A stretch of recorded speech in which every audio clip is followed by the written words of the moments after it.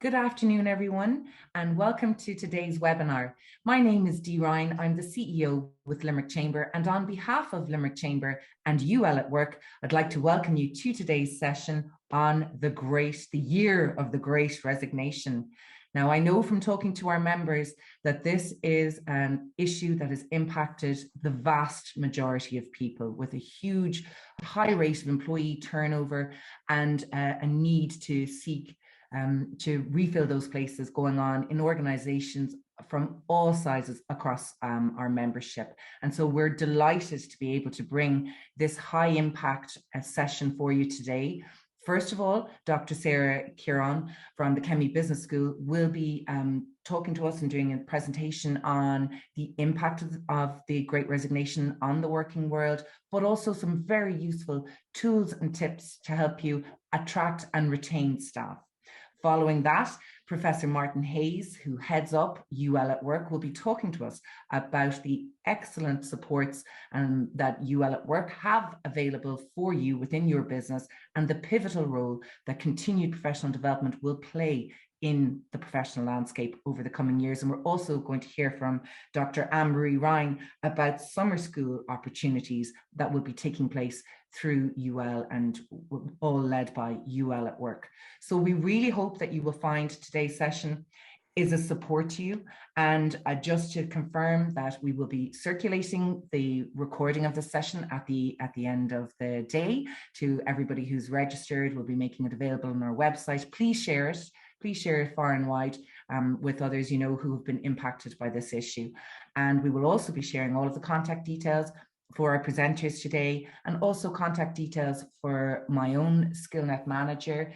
Limerick Chamber, as you may be aware, has a SkillNet which is there to provide funding for you to assist you with meeting the cost of upskilling and reskilling opportunities for your employees and your team. So we really want to support you in developing your SME leadership and supporting your FDI development and ensuring that your team have access to the great training available through UL at Work. So please feel free to contact us. Michael McCurtain is our new SkillNet manager, and he is available to assist you with any of your inquiries. So without further ado, I'm going to hand over to Sarah to take us through her presentation. Thank you, Sarah. Thank you very much, Dee, and thank you for inviting me along to share some of the work we're doing in University of Limerick. To tell you a little bit about our research group to start with, I'd just like to talk to you about the Chemie Business School Work Futures Lab. So this is a collaboration of industry and agencies and academics that we established in the Chemie Business School here about 9 months ago now. We've had 3 lab sessions, morning long sessions in the last 9 months. So we're very much only embarking on our research journey, but our goal is to help shape the workplace of the future. So we consider ourselves a very active research group in that we're not standing back objectively and observing what's happening in the workplace. We call ourselves a lab because we see us very much moving into the space of testing and experimenting different work practices within our member organizations. So a lot of what I'm talking to you about today is work that's coming out of the Chemie Business School Work Futures Lab. But it's interesting in that we're not the first people to try and explore or even predict the workplace of the future. The French government did it back at the end of the 19th century, when in the year 1899, they tried to predict what the year 2000 would look like. And as you can see, they very much see that technology is going to play a very big role. This is looking at the sector, the construction sector, and obviously you can see the architect there in a box, actually building as he is designing. And I shared this with one of our MBA classes recently, and one of the people in the class who's in the construction sector said, well, they got it right. That does look like the construction sector today, but it's not because of technology. It's because we can't get any staff. So it's interesting how sometimes when we do predict the future, there are certain outcomes that we hadn't envisaged. Some of the outcomes, however, have been realized. Back in the 50s in the Chicago Tribune, there was also a series of articles that looked to predict the workplace of the future. And here you see some kind of a logistics warehouse type center being manned by robots. That has actually come true. And we now have light out factories and labor free distribution centers and manufacturing plants around the world. We've also seen in education, particularly, of course, in the last year with the pandemic, how we've all had to pivot very rapidly into a different kind of a workspace and a different kind of a learning space. This was predicted in the 50s, this kind of a distance learning environment. And this is a screenshot of Harvard Business School. Not the Chemie Business School yet, unfortunately, though we have great aspirations. But you can see in Harvard the level of technology that they're using in academia now. And this is actually a class from their MBA program, an international MBA program, where you can see all the students joining the class remotely. The lecturer in the middle of the auditorium there looking at a class of screens. And very significant technological support then in the background to ensure the full participation of the group. UL is very much moving in this direction ourselves, and we're very excited today to share with you some of the new learning approaches we're taking to specifically respond to the future of work. But let us consider first, well, what is the future of work? Can we predict it, or should we instead really focus on exploring it? And I'm very much in favor of the latter, because I don't think we can, unfortunately, quite predict the future, but we can certainly seek to understand it with all the experiences and insights that we pool together. And obviously, one of the big factors in the future of work is that whole human-machine interface and the role of technology and digitalization in the workplace. It's probably one of the most significant impacts we're seeing today. And the mantra is, if there's a task or a process in work that is routine, then if it's routine repeated over and over again, it can be standardized. And if it can be standardized, it can be digitized. So what we're really seeing in the human-machine interface is the digitalization of individual work practices and processes that build up and up and up to the point where they can actually replace a whole job, or replace parts of a job, or displace a job, which means eradicate the need for the job altogether. And while most of us are experiencing digitalization of our work to different degrees, one of the really important things that we have to acknowledge in business is that it's not just the task that gets altered, the work itself and the experience of work and the context of work, and then the relationships which are so critical to work, be it in how you engage with your customers, how you as a business owner or leader or manager engage with your employees, and the experience employees themselves have, all hugely change. And look, technology is here, it's moving fast.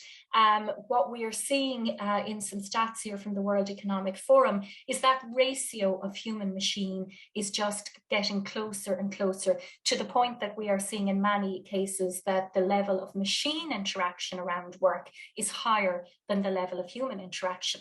So I guess what I'm really interested in, and what the Work Futures Lab and UL at Work are really interested in, is in ensuring that the people that we have are ready for this human and machine interface, in terms of the skills that they have to keep their jobs and engage in this new world of work, but also the skills we have as business leaders and managers to ensure that we're keeping abreast of the technology and this digital transformation. And it's an exciting time, because even though there is often a view that kind of, the robots are coming to take our jobs, and there's even Sinead Burke from UL at Work was directing me to an interesting website recently, if you want to Google it, called Will Robots Take My Job? And you can actually put in the title of your job and see what the chances are of your job being digitalized or automated. What we can see is that a lot of jobs that are comprised of really standard routine work are being displaced. So they can be everything from, data entry, clerical, basic customer service, routine type of service jobs, through to what we would have considered more professional, advanced jobs like accountants and fund managers, but that were largely computational and now can be managed by artificial intelligence. However, overall, there is going to be an increase in the jobs in the marketplace rather than a decrease, because for every job that's disappearing, there is about 1.3, 1.4 new jobs emerging.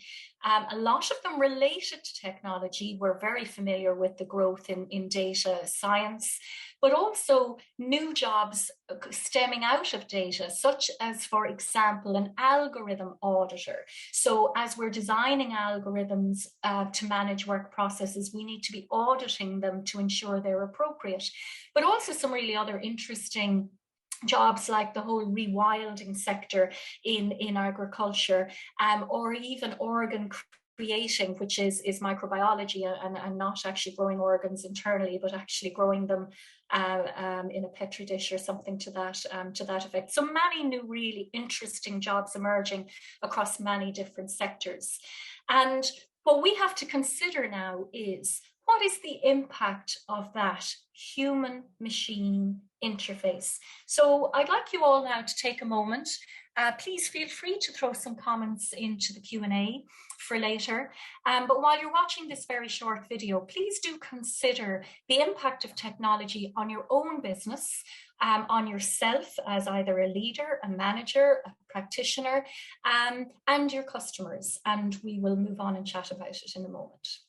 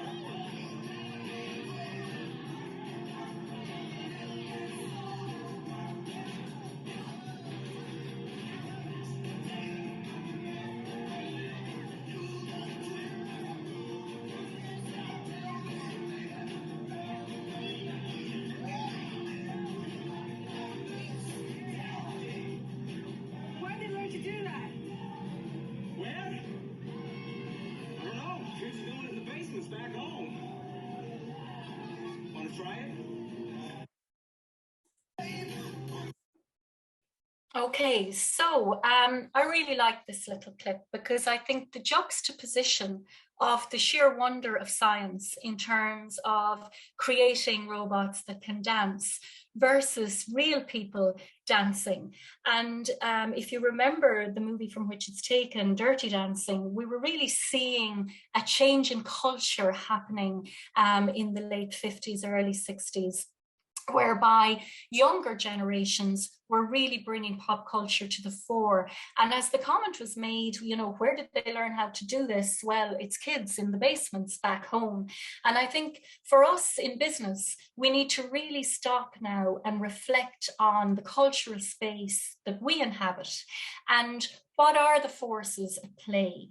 And while technology and digital transformation is clearly one of them, there are other forces at play as well. One of which obviously stems from technology, which is the time and space of work. Now, this trend has been emerging for a number of years. In fact, a study I undertook with the Irish Centre for Business Excellence in 2019 was looking at the future of work. And we identified back then this significant shift that was happening in terms of how work was becoming more virtual, and the time and space of work was shifting. But I think what's really happened since the pandemic is that has been something most of us in office-based jobs have experienced more. And as a result, coupled with the role of essential workers during the pandemic, there's been a significant social pivot as well as a work pivot, so that people's perspectives of work has changed. And as a result, our behaviors in work as leaders and managers and practitioners need to change as well. So From a digital transformation perspective, we're really talking about digital transformation leadership at one level, and then the specific skills practitioners need at another level. From a time and space perspective, we're talking about where work happens, what work constitutes now, how the work takes place, and when it actually happens. So we're really seeing the concept of the job as being sat at a desk 9 to 5 or 8 to 8, as can be the case for many people in work, really being challenged to shift more towards the role of the employee in the organization, their contribution, what their outcomes are, and where and when that might need to happen, being really challenged. But significantly then, when people do come together, what they're actually doing in the time and space when they come together. So it's not just the time and space away off-site, but the time and space collaboratively that we really need to consider. And from a perspective and behavior perspective, we're considering social demands. So there's a very strong social desire to look at the quality of work that's available in our society, but also work-life balance and well-being of employees. And that has never been as strong as it has been in the last couple of years. And then simultaneously, that point I just made about the social dynamic and connectedness of work. So I'm leaving the digital transformation largely to the tech people, but I am interested in the impact of all of that from a leadership skills, time and space, and behavioural perspective. And I'm going to talk to you a bit more about that now. So the first thing we did in the Work Futures Lab was say, well, we really need to understand this more, because so much was happening in 2021 that we didn't understand, particularly from an Irish context. So we undertook a fairly significant survey. The survey took about 20 minutes to complete, so it was a big ask of people, but it covered a lot of key areas in terms of their perspectives of their job, their organization, their supervisors, their teams, their careers, and their expectations of the future of work. So we ended up with over 1,000 responses, which was fantastic given the size of the survey. And we engaged with all job types. So the only criteria really was that you were working in Ireland in the last few months. So we have leaders, we have managers, we have employees, seasoned employees, and we have new graduates all in this mix. It was, as I said, the criteria was within Ireland, but again, we have all organisations, all sectors, and all sizes. It was dominated by larger organisations for sure. The Work Futures Lab currently is working more with large corporate and multinational type organisations. However, we did have a sizable enough response from smaller business sectors to be able to analyse that data as well. And it was conducted throughout 2021, and it's still ongoing. And I know Caoimhe is going to pop up the link in the chat, and it's also on this slide deck at the end, because our hope is that we will keep this survey live and then be able to, over time, compare and contrast different trends in Ireland, in Ireland's world of work as we go. Now, I don't have the time today to give you a hugely detailed insight, so I'm just going to give you some snapshots from it. One of the first things that we asked was how people felt about them and their supervisor. Now, the good news is that people working in Ireland today largely are very happy with their supervisors. They're quite content with how they're being led. And you can look down through the data set there in terms of my supervisor's concerned about my welfare, they pay attention to what I'm saying, they're helpful in getting the job done, they give me feedback. I feel that my ideas and concerns will be considered. Now, all of these are tried and tested critical factors that ensure employees are engaged and motivated and managed well. And what we can see, anything over 80, generally people agree and strongly agree. One of the things we notice as a trend throughout the data is this little dip in that, what we might call that middle management space of team leaders, line managers, and heads of units in organization, who just feel we're starting to see a sign of them feeling a little bit under pressure, a little bit struggling just to make sense of what's happening in the workplace. We see other worrying trends around people's view of their career. So this is where this notion of 2021 being the year of the Great Resignation starts to creep in. My prospects for career development and promotion in this organization are good.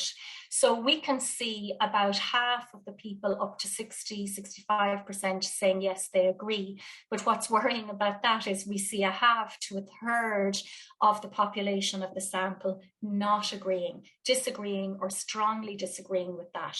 So we're starting to see this thread of, I can't make sense of my job, and I'm not so sure that I have a future here in this organization. My prospects in this organization are not good. And maybe some concerns there about how their role is recognized in their organization in terms of the level of respect and reward that they receive.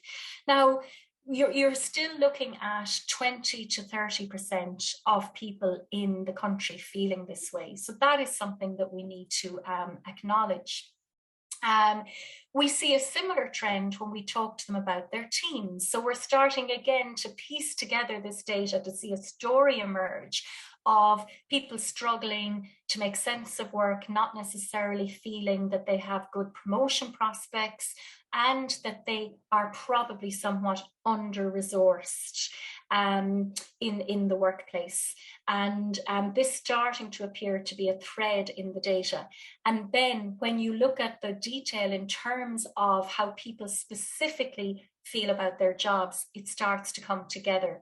Because while generally people like their jobs, they feel they have interesting jobs, they can make sense of them, they get to do a variety of interesting things in their jobs, and their job security is good, all really important factors, we get hit right in the middle here with fairly shocking statistics around I feel burned out from work.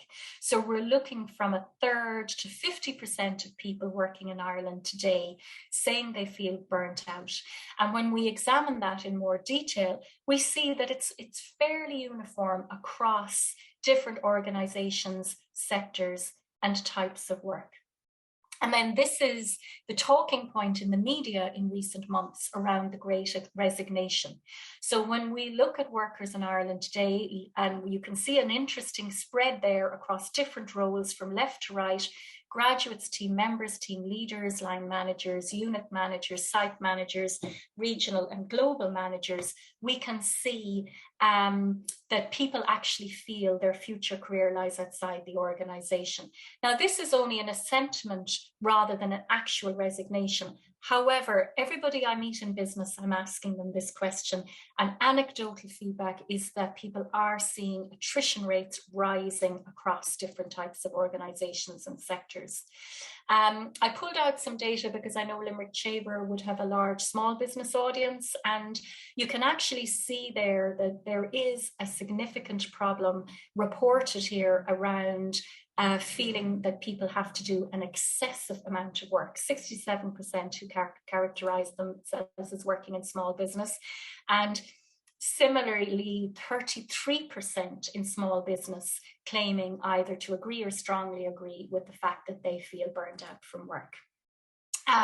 Now, this is probably this, I suppose, perfect storm of the pandemic, the challenge people have had working from home, but then the social push then to stay working from home as much as possible, to engage in flexible working, so that possibly it's a symptom of being overwhelmed and burnt out at work, that flexible working is seen as a solution to managing that.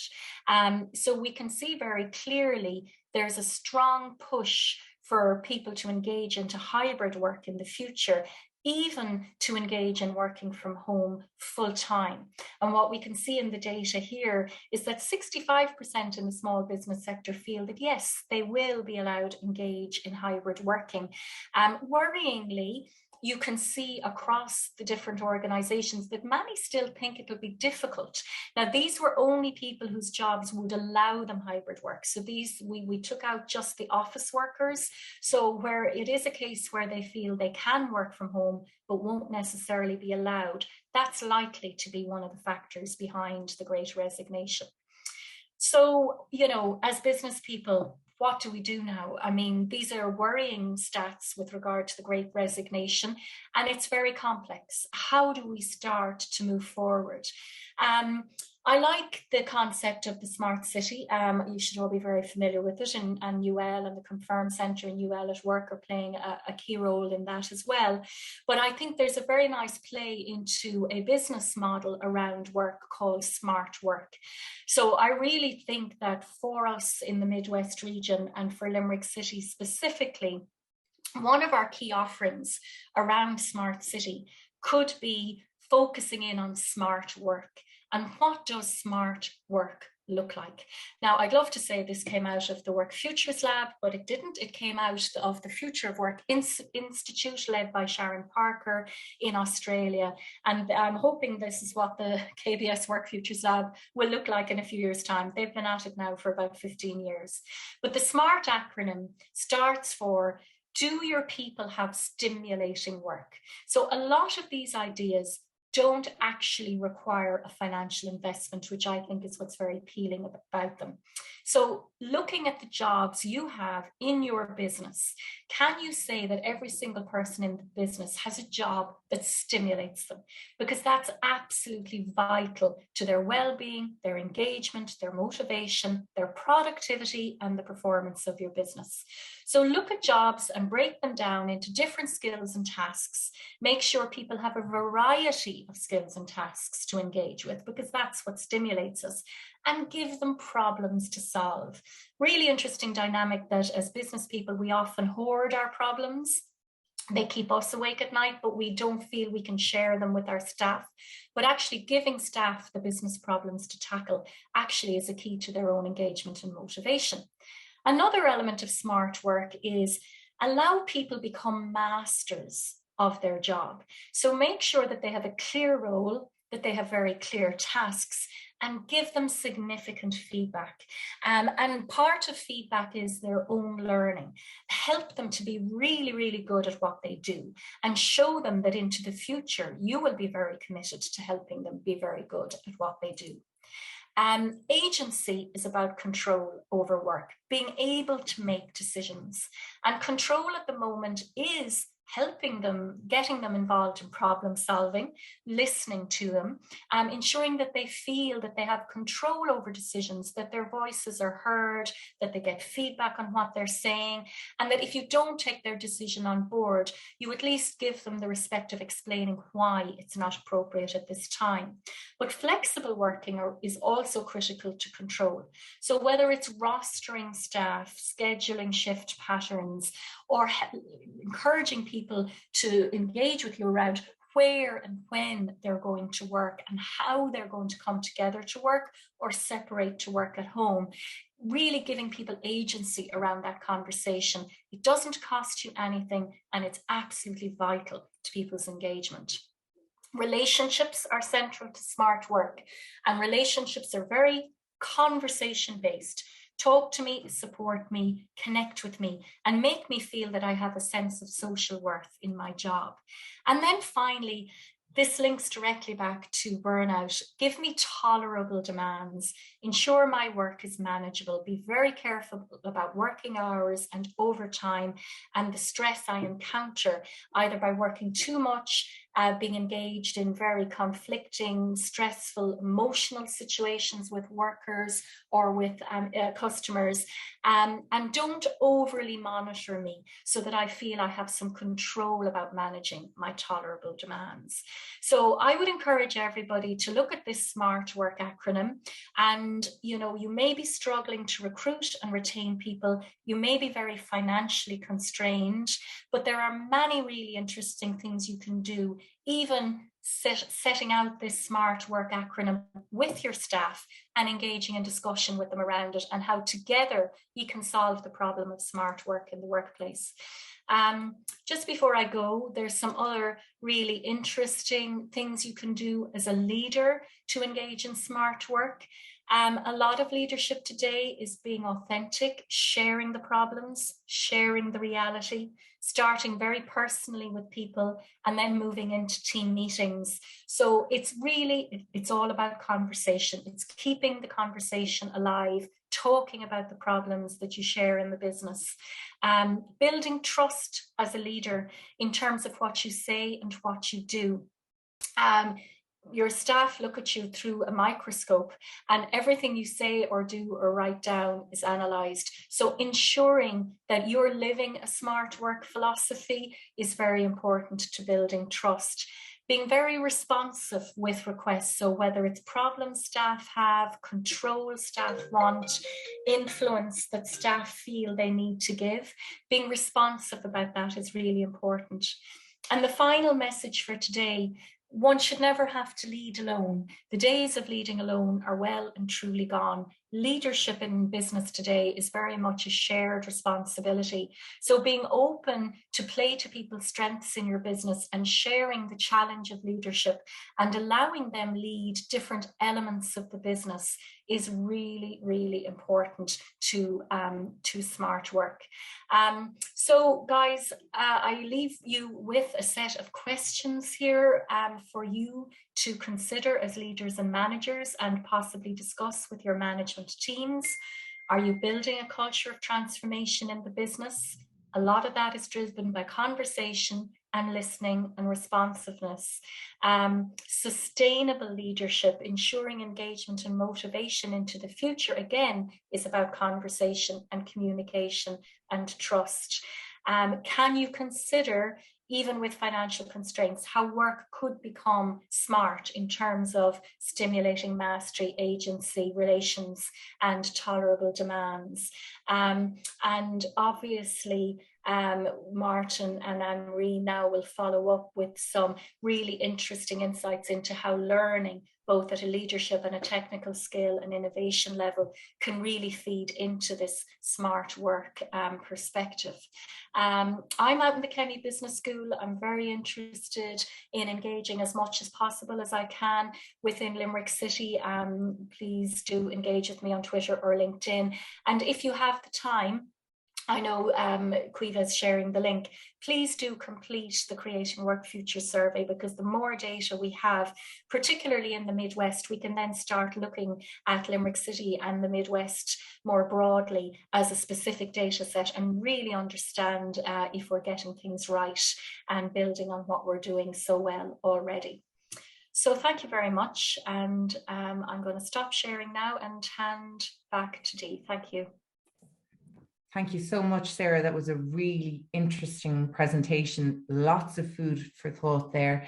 And as you said, we will share the link for the survey and hope that some of the people on the call today might have an opportunity to contribute to the very important research that you're doing, which is of course informing how we deal with the new challenges of working remotely and managing our teams and, you know, building our cultures and helping our retention as we go forward into this, continue into this hybrid environment. In particular, what really struck is that key point you made there, that leadership is a shared responsibility. And here now to tell us more about how you can help develop those leadership skills and the ability of your team members to take over some of that, more of that responsibility from you and build sustainable workforce. I'm going to hand over for a presentation to Professor Martin Hayes, who is the head of UL at Work. UL at Work is the new range of digital-led programs from the University of Limerick, which have been co-designed with industry and enable upskilling and reskilling for team members in areas like data analytics, ICT, Industry 4.0, robotics, leadership, law, and technology. So to tell us more about what is on offer and available for you in UL at Work, it is Martin, and he is also joined by his colleagues, Dr. Sinead Burke, who's going to help with some of our Q&A, Dr. Anne-Marie Ryan, who's going to tell us about that summer school, and I believe also another Dr. Nuala Ryan, I think, is joining us as well for some information on her area of speciality. So folks, without further ado, I'll hand you over to Professor Martin Hayes. Brilliant, thanks, Dee. Just checking everybody can hear me. I think that probably that's a yes. Yeah, loud and clear. Yes. Great. It's one of these things I generally don't have problems with being heard. It's great, right? The interesting talk, and just to follow on, I suppose, from what Sarah was speaking about. I mean, I think the one thing we can say in terms of, you know, resilience moving forward, and firms and people being ready for the, you know, the challenges of this new digital world of work is that there will be new roles, there will be new occupations, there will be new skills that will be required. It will be a combination of, you know, people changing job, you know, as we talk about this Great Resignation, but it will also then, you know, create opportunities within enterprises for, you know, new positions within companies to become available. And it's much easier for an enterprise to, you know, promote within their organization as long as that person has the kind of right skills for the occupation at hand, right? So I think the reality of workplace-based education is here to stay. And the idea of providing kind of time and space and a good community of practice so as that people can work together to reach those and address those challenges that are going to be there is what UL at Work is all about. All right. So just to talk about, hopefully, I scrolled down there, so hopefully people can see that I'm on slide 2 now. I always have to kind of check. But the first thing to get across in terms of the bringing these educational challenges together for this kind of new world of work is that we have a set of pillars associated with the Human Capital Initiative, which ranges from micro-credentials through to enhanced workplace-based undergraduate engineering degrees. Today, we're going to focus on professional diplomas. So it's really at the kind of the top of the tree today for us. And we might briefly talk about, you know, the digital apprenticeships that are out there, that kind of what does a digital apprenticeship look like in this new world of work. And it's important to note that everything that is associated with the HCI program with UL at Work is stackable. So what that means is it can count towards your next degree. So we very much want to get across the idea that you are building your toolbox of skills, and at the same time you are developing the professional portfolio of qualifications that you need in order to be able to be confident to apply for kind of new jobs, new positions, new roles, either within or without your company, outside your company. So important thing to see that every credit that you earn, and we always talk about kind of European credit transfer system, these credits where you can take them and move with them in order to, you know, stack up for your next degree program, right? So the focus today is on professional diplomas, and what will these professional diplomas look like, right? Well, effectively, and we'll start now. Nuala's going to come in and talk about strategic leadership in a minute. But in terms of a typical professional diploma, and I've just put up for data analytics there on the screen now, right? It's a year-long program, which you'll do part-time, giving us approximately 12 to 15 hours worth of commitment per week in order to develop the skills that you need in order to be able to take on a new role or a new function within your organization. And if you take data analytics here, we're effectively looking at it being a professional course for people who want to know about data analytics, data handling, specifically develop their competence using R. Particularly, we look here at these, you know, visualization skills. I know Sinead mentioned Sinead Burke when she talked about this, the idea of being able to kind of see round corners when it comes to kind of making decisions that are data driven. And in a way, you know, seeing round corners is good because we can think in terms maybe of kind of cameras or drones which are looking around the corner for us. But also the whole idea of being able to see the writing on several walls that are going on at the moment is sometimes difficult, the amount of data that's out there, right? So, you know, the idea of being able to visualize, predict, label, make decisions on the basis of the data that you collected, be able to apply statistical learning models to that data, and specifically be able to apply these tools to real life examples based upon your insights that you've brought together within your future focused portfolio group. So the idea is we're bringing students from different diplomas together to discuss the real life daily work. Is a feature of this program, right? So we want to kind of get across the idea of continual work degree, we want to kind of highlight the fact that all our diplomas are designed in collaboration with industry. I mean, we note that Analog Devices, Eli Lilly and Pfizer have contributed to the design of this data analytics program. And we feel that these will give you the skills that you need to become an expert more quickly, specifically in R in this case, right? And how will we do this? How will we are basing the learning models on the successful ideas that we put in place in our artificial intelligence masters, where we use e-moderators who are online teaching assistants who will be able to kind of work with you and a group of your peers to allow you to develop your expertise more quickly. All right. So the next diploma that I want to speak about, and Nuala, if you're on the line, Nuala, are you there?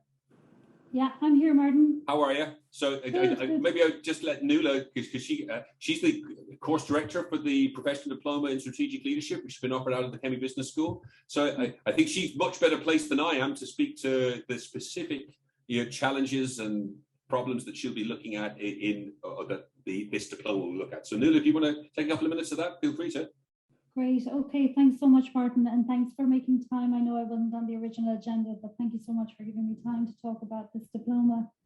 So yeah, this diploma really looks at, I suppose, strategic leadership and developing an understanding of what strategic leadership is, and then building strategic capabilities. So it's a fantastic diploma, and I think very timely at the moment. And the development of this diploma was based on, I suppose, the continuing call for leadership within organizations. So as I suppose the world of work changes, which Sarah's talked about, we need leaders with, the vision and the courage to be able to lead these new initiatives.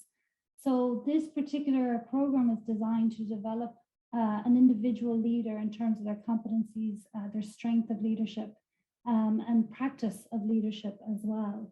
So during COVID, we saw, for example, really leadership coming to the fore within organizations, seeing people called to lead right throughout the organization, to step up to lead. And to be able to do that, you need a certain skill set and a certain capability and a certain strength in terms of who you are. So this diploma, I suppose, allows participants to take a deep dive into strategic leadership. In terms of the capabilities of a strategic leadership, and most importantly, who they are as a leader is very, very important. So just to briefly, I suppose, go through, and I'll put up a link to our site on UL, which goes through a little bit more detail of the program. But just to talk, I suppose, briefly around what's kind of covered in the program, as Martin has mentioned, we have the spring and autumn term. We have a big module in each of those terms, and then we have a future focus portfolio in the term as well in each of those terms. But for the first term, we're going to look at strategic leadership practices. So we're going to look at the process of leadership. We'll look at leadership styles, for example, the pros and cons of leadership styles. We'll talk about the psychology of leadership. In particular, there we'll look at identity. We'll look at who we are as a leader. We'll look at our romance of leadership, for example, and how that can affect who we believe we are as leaders. We'll look at strategy, of course, because this is strategic leadership, and how a leader leads an organization through their strategic intent. And we'll look at things like strategic culture and strategic change as well. In terms of the second term, it's about applying strategic leadership. So we'll look at how a leader influences, negotiates, and persuades. We'll look at change management, digital transformation, organization renewal, and agility as well. And one of I think the key points of this particular program is it's all about developing the individual and having clear takeaways at the end of it. So in terms of my background, I come from industry. I'm late to academia, so it's very, very important for me to make sure that we were using, I suppose, up-to-date case studies and up-to-date theory, and also then developing portfolios that the learner can take away at the end of the program in terms of their own organization.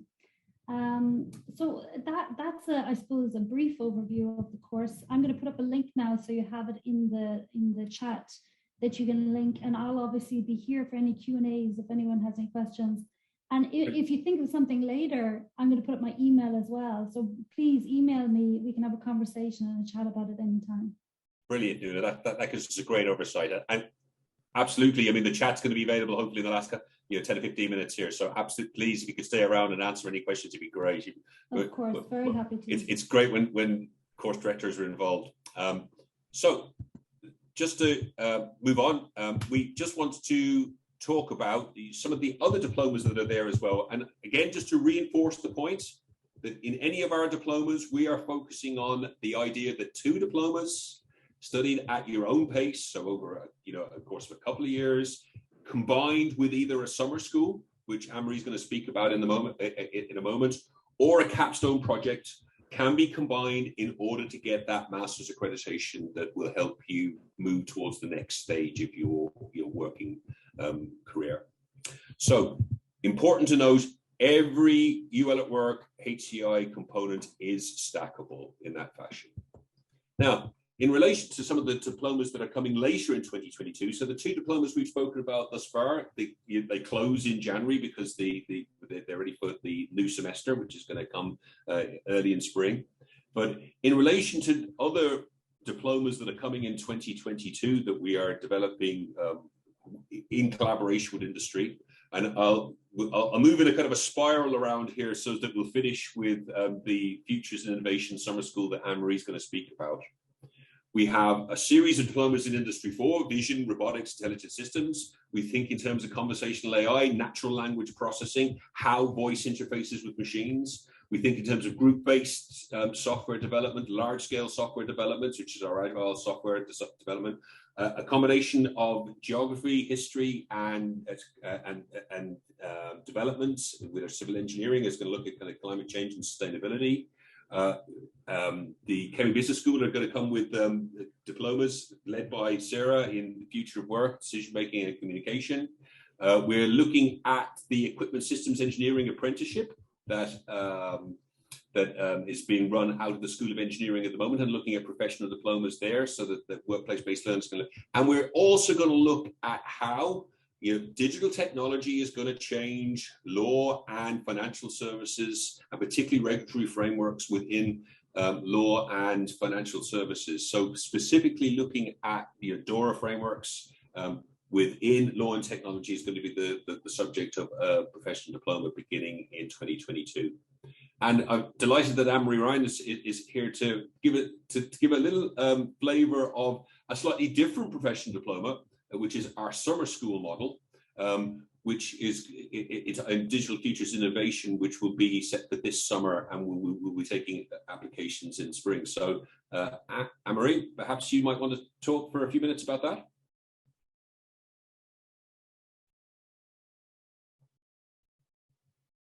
I'm on mute. So hi everyone. I'm delighted to have this few moments, and I will be as quick as I can, just to give you some information about the summer school, I suppose, but more importantly, the reason for the summer school. And the important thing is, I think that this is a complementary program to all of the other PDs that you'll be hearing, because it's the only one to happen in the summer timeframe. So this is something that you can combine with. And really what we're focusing on in this PD is really about building the capabilities to shape the markets of the future. We're focused on innovation, and we're focusing on the source of that innovation and the capabilities to drive innovation, but taking a futures perspective to that.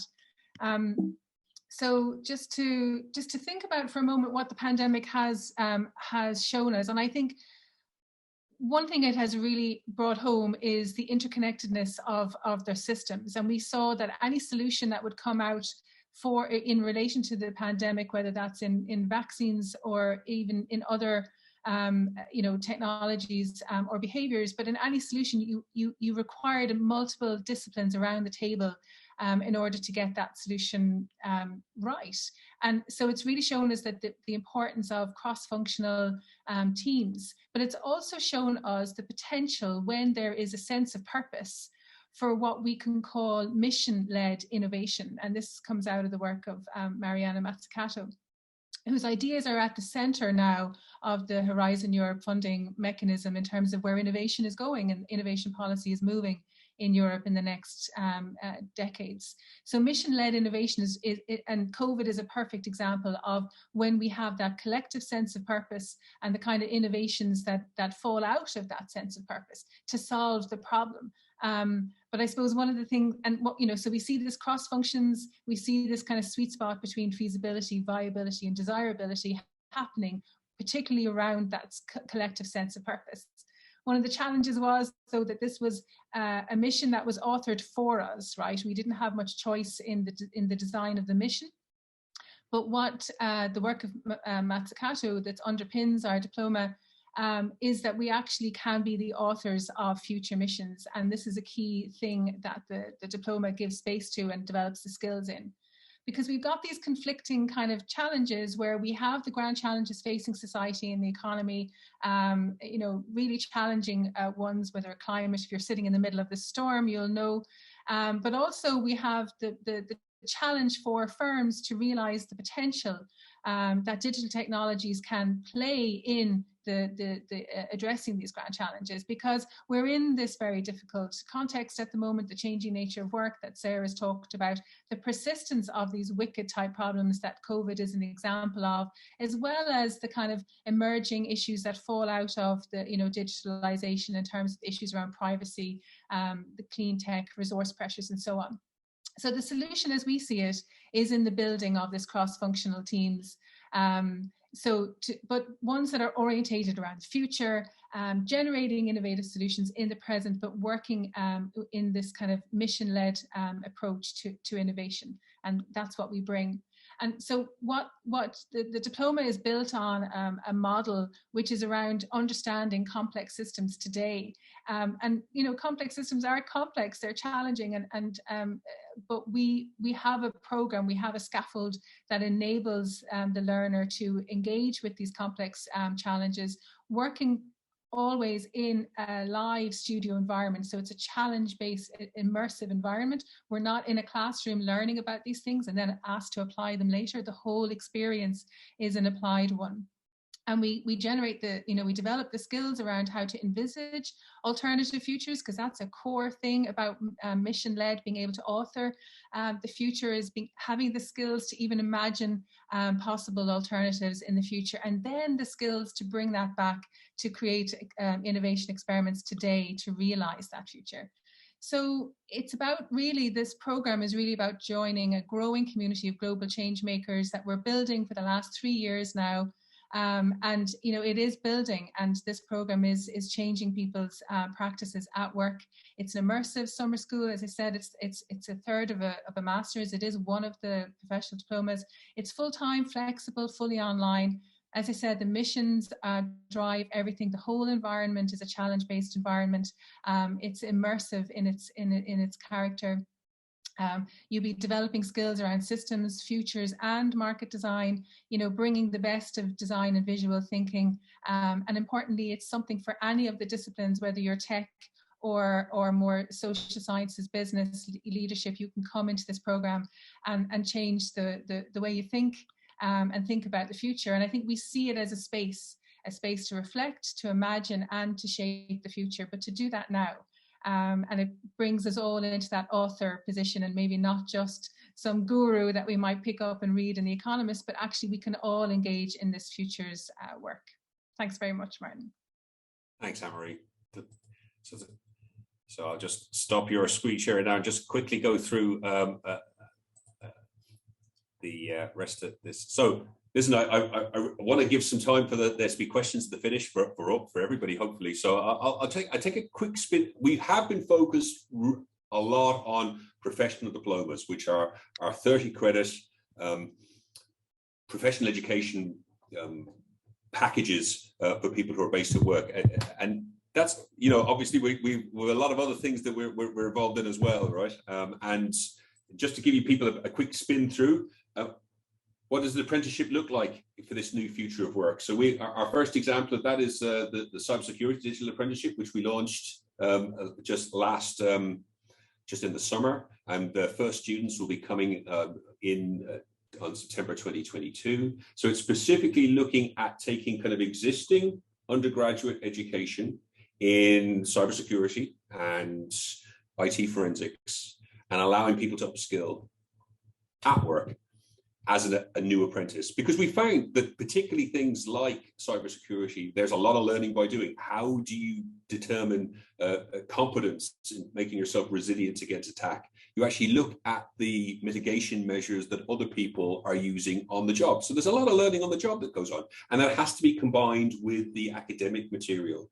And so this is the ideal framework for us to think about apprenticeships moving forward. And UL at Work is going to develop more than just cybersecurity. We're also looking at some innovative apprenticeships in the law and technology and also in the engineering space. That's something we're also going to look at.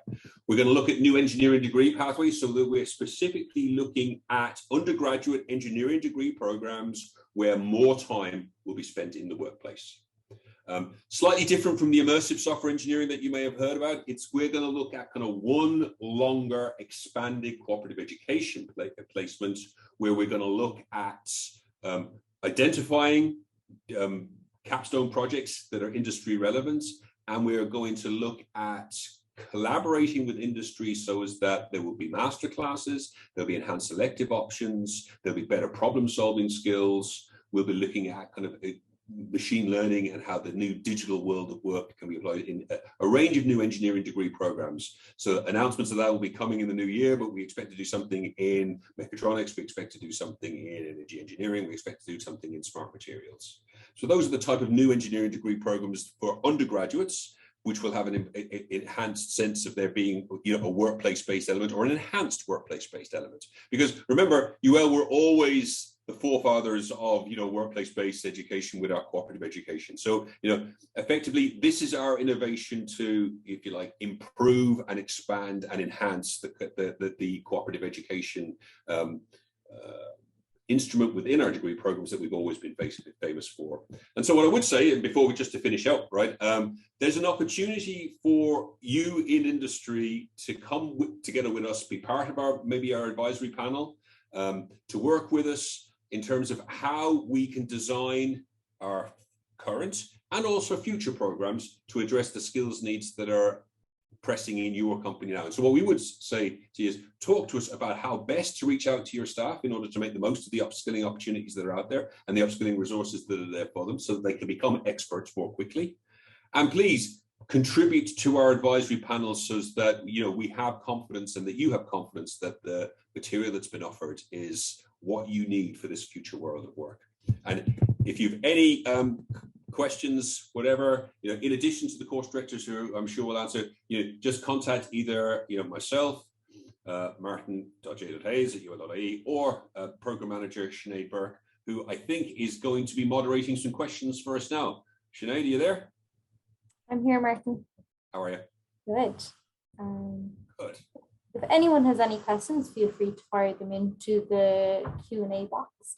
But if anyone doesn't have any immediate questions, we are also running a drop-in information session tomorrow at lunchtime, and I'm going to put the details of that into the chat as well, if people want to register for that. And they're more or less going to be every Wednesday, aren't they, Sinead? They're going to be every Wednesday, and we're going to alternate between lunchtime and early morning, depending on what works for people. Absolutely. So come along, and any questions that you might have, feel free to kind of talk about what upskilling challenges are facing you and how we can help.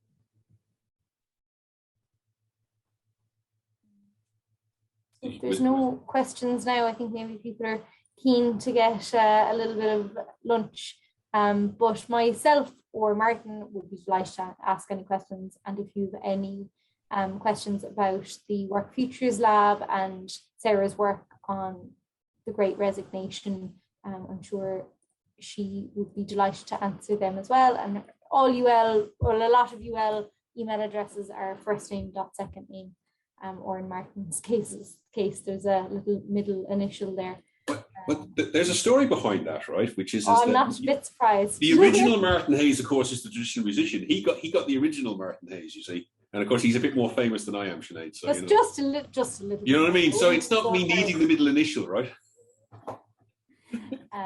But thank you so much for coming along, and I hope you got food for thought at that point. And we will finish there. Caoimhe, I think the recording is going to be sent out to people who participated at the event, aren't they, along with the slides? Exactly, yes. Yeah. Everyone will receive a copy of the slides, the contact details should you require more information on any of the diplomas from Martin and Sinead and Anne-Marie as well, like that, and Nuala.